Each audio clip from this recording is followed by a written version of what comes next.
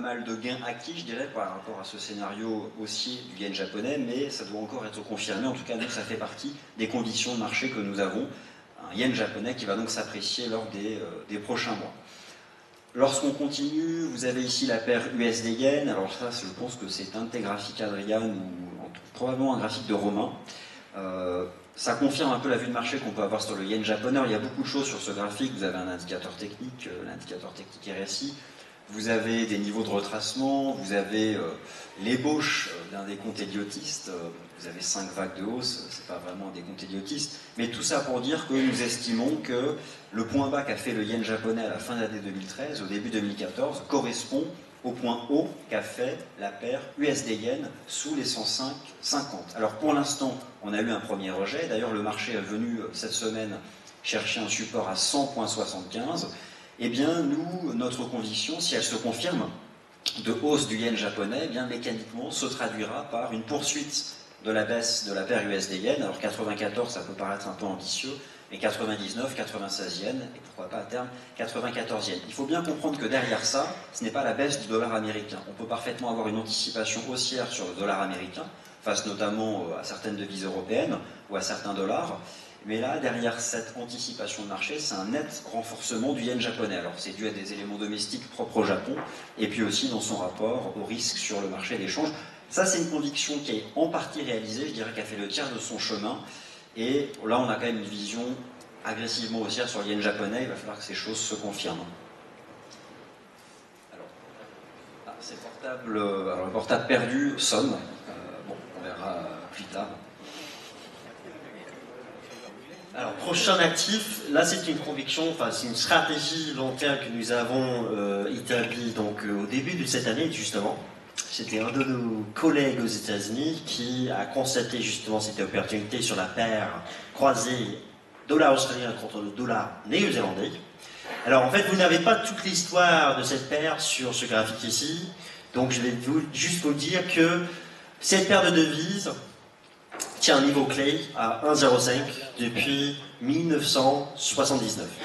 Alors il est rare sur le marché, que ce soit sur le Forex, le marché action, marché obligataire, de trouver des niveaux techniques qui tiennent aussi longtemps. Donc en fait, nous avons vu au début de cette année, en décembre précisément, qu'il y avait une opportunité à chercher justement sur la paire AUD-NZD. Nous avons déjà mis en place, donc c'était donc au début du deuxième trimestre, ou bien le premier trimestre, une stratégie d'achat sur ces paires de devises. On est coincé dans un range entre les 1,05 et les 1,09. Donc ceux qui ont suivi notre recommandation d'achat il y a quelques mois, en mars précisément, eh bien ils ont pu quand même réaliser des gains.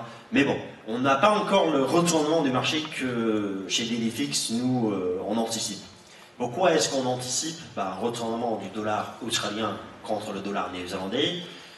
C'est difficile en fait quand on parle des fondamentaux, c'est vrai, parce qu'en fait en Nouvelle-Zélande on a plutôt un cycle haussier des taux depuis mars, et en fait en Australie c'est plutôt, il y a des tensions toujours en Australie un petit peu, donc une politique stable, politique monétaire qui favorise justement le maintien des taux historiquement bas en Australie pendant une période, on ne sait pas si c'est une période longue ou voilà, bref. C'est surtout un trade qui est basé sur l'analyse technique, qui est basé sur un niveau technique qui tient depuis maintenant plus de 30 ans, et en fait donc qui pourrait nous donner justement du rendement à chercher.